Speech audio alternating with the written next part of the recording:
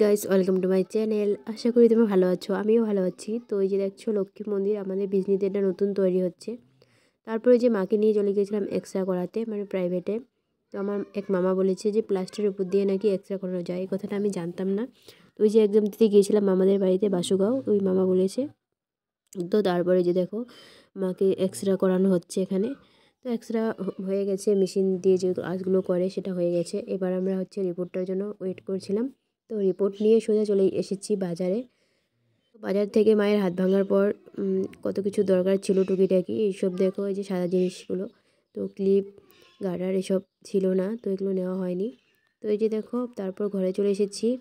মায়ের হাতটা এই যে এক্সট্রা করেছে, প্লাস্টারের উপর দিয়ে একটা আছে, আর একটা তো আগে করা হয়েছিল সরকারিভাবে। তো তারপরে যে আমি টিউশনে মানে পড়াতে গিয়েছিলাম।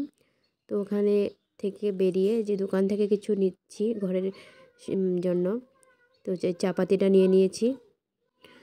তো তারপরে দেখো আমাদের এই দুর্গাপূজার প্যান্ডেলটা। তো এটা হচ্ছে মুন টাওয়ার হবে, তার জন্য যে প্যান্ডেল করে রাখা রয়েছে। দেখো কত সুন্দর হচ্ছে। এখনও পুরোটা হয়নি, তবুও কত ভালো লাগছে দেখতে। তো পুজো পুজো ভাবটা চলে এসেছে মনে। তো এই যে মা আসছে, আর আমার মায়ের তো হাতটা ভেঙেই বসে আছে। তো কী আর করা যাবে, দেখো যখন পরিস্থিতি আসে তখন সময় সবটা শিখিয়ে দেয়।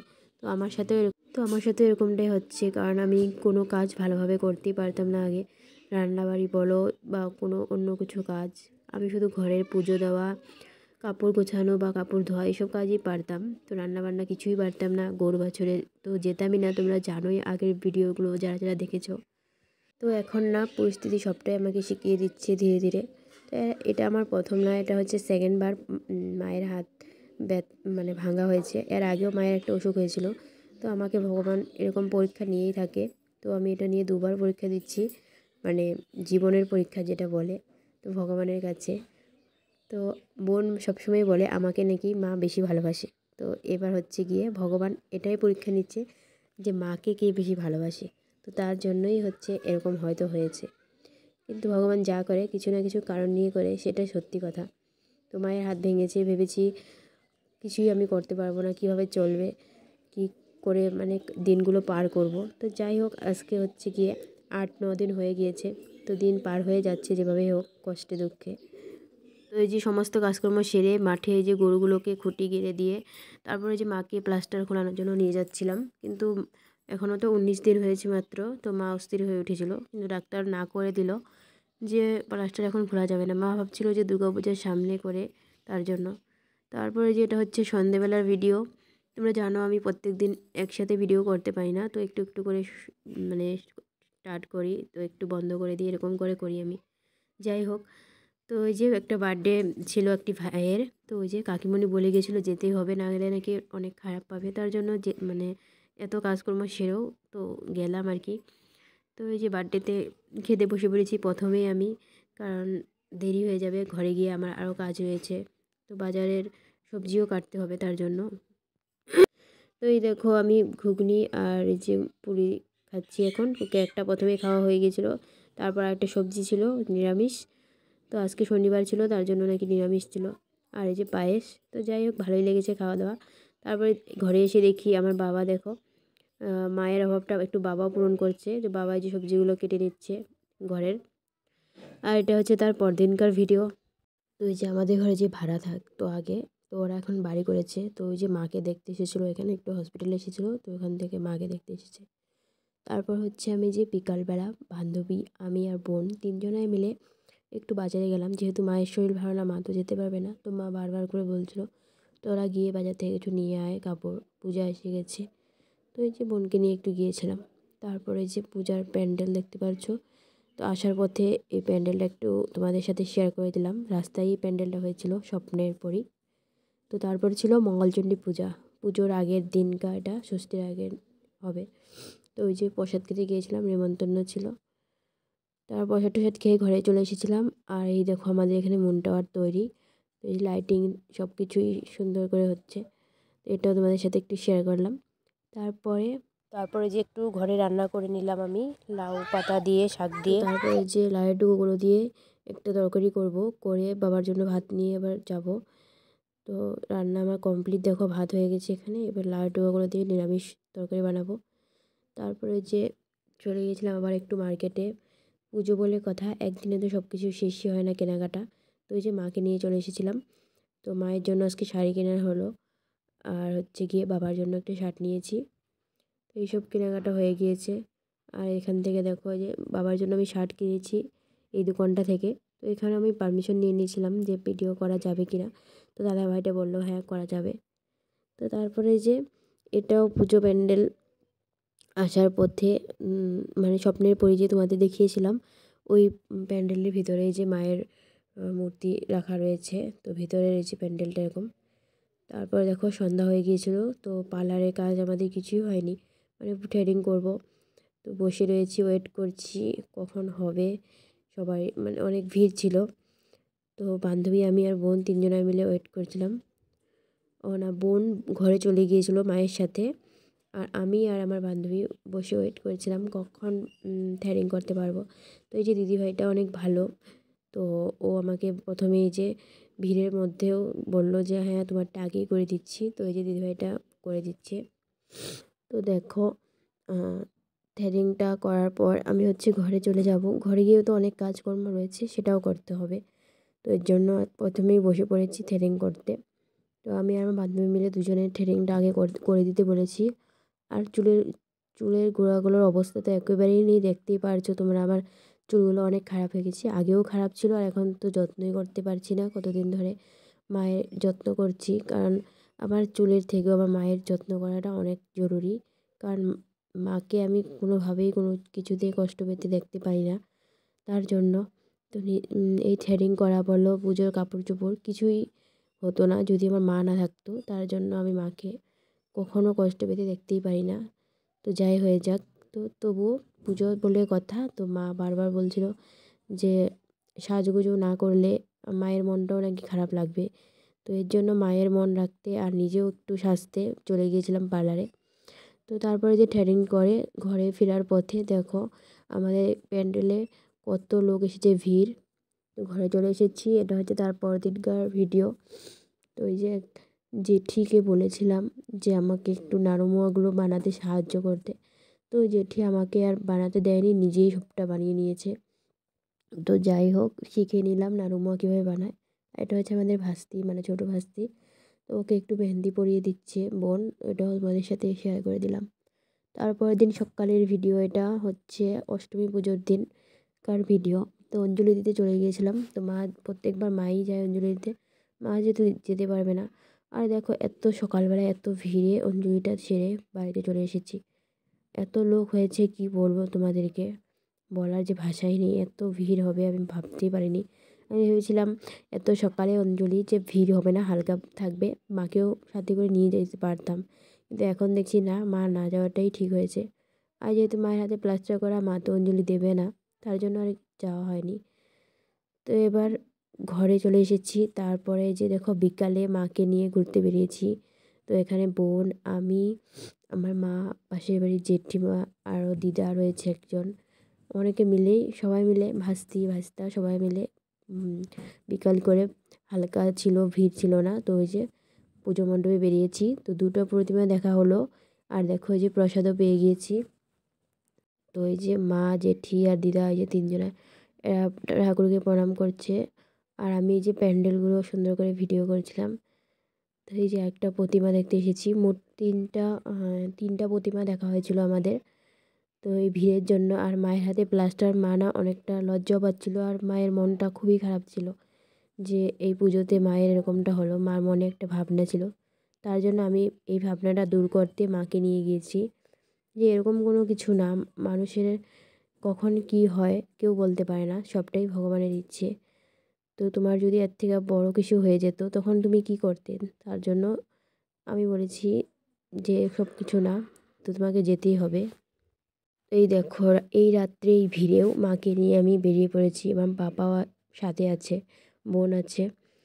তো এই রেলগেট পড়ে গিয়েছিল। তো ভিড় অনেকটাই হয়েছে, দেখতেই পারছো তোমরা। তো মাকে অনেক সাবধানে সাবধানে নিয়ে যাচ্ছি আমি আর বাবা, কারণ মায়ের হাতটায় যদি একটু চোট লাগে তো অনেক খারাপ হয়ে যাবে, তার জন্য।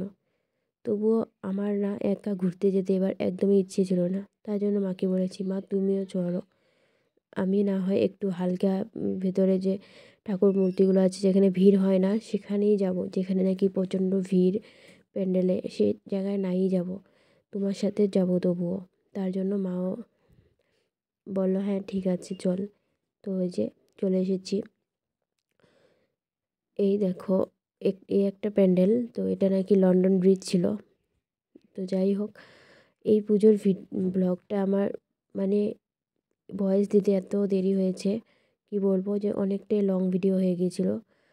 আর সময় পাইনি এতদিন, মায়ের হাতটা তো খোলাই হয়নি, তার জন্য সবটা কাজ আমাকে নিজেকেই করতে হয়েছিল। তো পুরো সংসারের কাজ করতে আর ভিডিও দিতে আমি মানে হিমশিম খেয়ে গিয়েছিলাম, কারণ এতটা কাজ কোনোদিনও করতে হয়নি। ছোটো থেকে বড় হয়েছি, আর আমার যেটুকু বয়স সবটা কাজ আমি করতে পারি। কেউ কেউ বলবে হ্যাঁ এত বড় হয়ে গেছি তবুও নাকি কাজ করি না, এসব ন্যাকামি। কিন্তু বিশ্বাস করো, আমার মা না আমাকে ছোটোর থেকেই অনেকটাই ভালোবাসে, যে আমাকে কোনো কাজকর্ম করতে সহজে দেয় না। যতটুকু পারে মা নিজেকে সামলে নিতে চেষ্টা করে। তো এই যে একটা প্রতিমা, এটা হচ্ছে আমাদের বিজনিতে বড় সবচেয়ে প্রতিমা, বড় কালীবাড়ি বলে, আর সবথেকে 1 নম্বরে এই প্রতিমাটাই রয়েছে। তো যাই হোক, এরপরে যে খিদে পেয়ে গেছিলো, আর দেখো মা তো মাই হয়, মা বলে আমার মনের কষ্ট, আমার সব ব্যথায় সব কিছুই বুঝে। তার জন্য মা বাবাকে বলছিল ঘরে গিয়ে আবার রান্না করতে হবে, চলো হোটেলে খেয়ে যাই, তাহলে তো রান্না করতে হবে না। তো দেখো এই কথাটা মানা ছাড়া আর কেউ ভাবতে পারবে না, আমি গ্যারেন্টি দিয়ে বলতে পারি এই পৃথিবীতে মায়ের মতো কেউ হয় না। যাই বলো, আমার কাছে তো এখন বর্তমান আমার মার মানে মায়ের জায়গা কেউ নিতে পারবে না কোনো দিন, আর আমি দেবো না কোনো দিন। তার জন্য বলছি। দেখো এবার হোটেলে আমরা নিরামিষ ভাত খেয়েছি 4 জনায়, খেয়ে দিয়ে তারপর আবার এই যে এটা হচ্ছে আমাদের এখানে আরেকটা প্যান্ডেল। তো এই প্যান্ডেলটাও খুবই সুন্দর হয়েছিল, ডিজনি লাইফ না কি ছিল এটার নাম। তো যাই হোক, দেখো এই প্যান্ডেলটাও খুবই সুন্দর।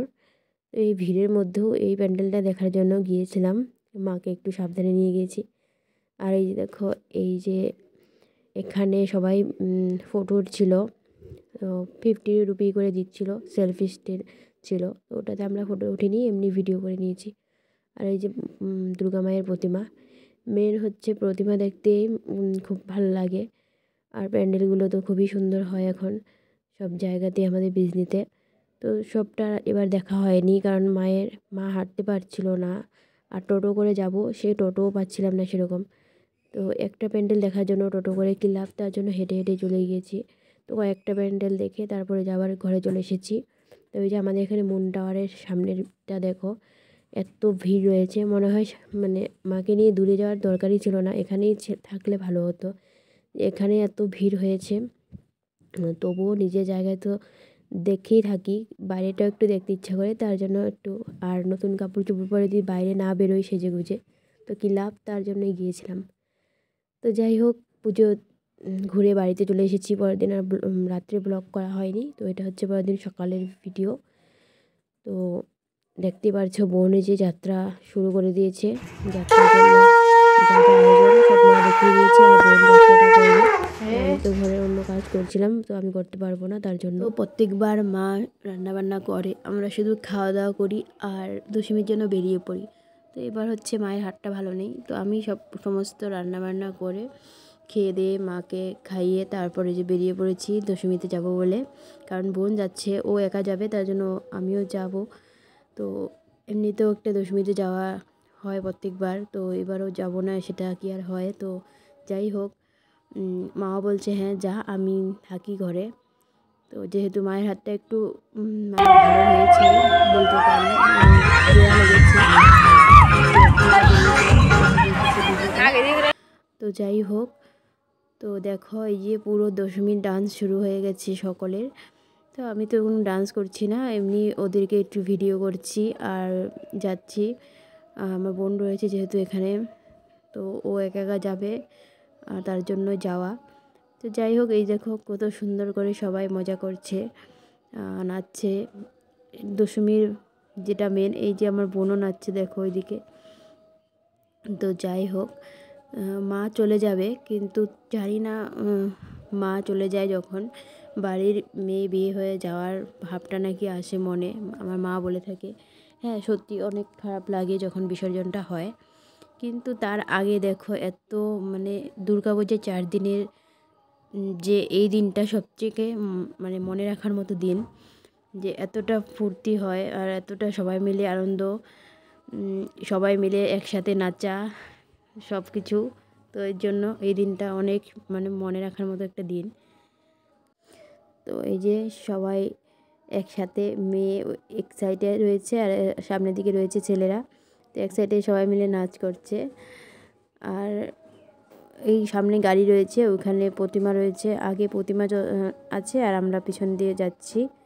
দেখো সবার নাচার মানে এই নাচটা কাউকে শিখিয়ে দিতে হয় না যে এরকম করে স্টেপ করবে, যে যেমনি পারছে এমনি নাচছে। মানে এই নাচাটার জন্য আমার কাছে অনেকটা ভালো লাগে, কারণ এটাতে কেউ কাউকে শিখিয়ে দিতে নেই। তো এই যে আমার এক বৌদি আর আমি একটু ভিডিও করলাম। যাই হোক, তো এই যে দেখো নাচার তাল, এই দিদিটা অনেক নাচতে পারে। তো প্রত্যেকবার দশমীতে এই দিদিটা অনেক সুন্দর করে নাচ করে। তো যাই হোক, এবার আমাদের প্রতিমা হচ্ছে চলে এসেছে দশমী ঘাটে। তো এখানে প্রতিমা রেখে সবাই নাচ করছে। তো এই দেখো আমার বোন কত মস্তিতে আছে, দেখো কি সুন্দর করে নাচ করেই চলেছে, ওর একটুকুও হয়রান লাগেনি। এতটা রাস্তা হেঁটে এসেছে, তারপরও নেচেই চলেছে। তো ওর বান্ধবীদের সাথে এখানে নাচ করছে। আর এদিকে দেখো আমাদের পাড়ার যারা যারা দশমীতে যেতে পারেনি তারাও চলে এসেছে দেখার জন্য, কারণ আমাদের এখানে দশমী ঘাটটা সামনেই, অনেক দূরে নয়। তো এর জন্য সবাই এসেছে। তো আমি এই যে সবাই ভিডিও করেছিলাম, দেখো কখন থেকে, মানে ভালো লাগছে অনেক, সবাই মিলে নাচ করছে। তো এই দেখো ওই সাইডে যে রয়েছে এটা হচ্ছে আরেকটা দুর্গাপুজোর দশমী করবে ও প্রতিমা নিয়ে এসেছে, সেটা আরেক জায়গার। আর আমাদেরটা তো রয়েছে, আমাদেরটা প্রথমে বিসর্জন হবে, তারপরে ওই সাইডেরটা আসবে। তো একটু পরে সব আনন্দ আয়োজন সব বৃথা হয়ে যাবে। একটা গান আছে, তো ওই গানের মতো হয়ে যাবে, কারণ মা চলে যাবে। আর মায়ের বিসর্জনের পর সবারই মন খারাপ হয়ে যাবে, সব কিছু নিমিষে শেষ হয়ে যাবে মনে হবে। আর এতদিন এই 4 দিন ধরে যা আনন্দ মজা সবটাই শেষ, কারণ আর একটু বাদে মায়ের বিসর্জনে চলে আসছে। আর এখন তো প্রতিমাটা বিসর্জন দিয়ে দিবে। এই যে দেখো মায়ের মুখটা একদম কান্না কান্না হয়ে গিয়েছে, মাকে দেখে অনেক কষ্ট লাগছে। মনে হচ্ছে মা তুমি থেকে যাও, কেন যাচ্ছ, আবার 1 বছর পরে তোমার সাথে দেখা। তো এই যে মা চলে যাচ্ছে, মা তুমি আবার এসো, এই কথাটা সবাই বলা হচ্ছে, আর কেঁদো না। কিন্তু মাকে আর কান্না থামে, দেখো মায়ের মুখটা, তোমরা মায়ের মুখটা দেখলে সত্যি অনেকটা খারাপ লাগছে আর অনেকটা কষ্ট হচ্ছে, যে যেতে ইচ্ছে না হলেও যেতে হয়, এটাই মেয়েদের জীবন। তো যাই হোক, দশমী এই পর্যন্তই। তারপর আমি চলে গিয়েছিলাম একটু ভুজিয়া বোন্দা জিলেপি কিনতে। তো এই যে, তো ভিডিওটা এখানে শেষ করছি। ভালো লাগলে লাইক কমেন্ট শেয়ার সাবস্ক্রাইব করে দিও। সবাই পাশে দেখো, সুস্থ দেখো, টাটা।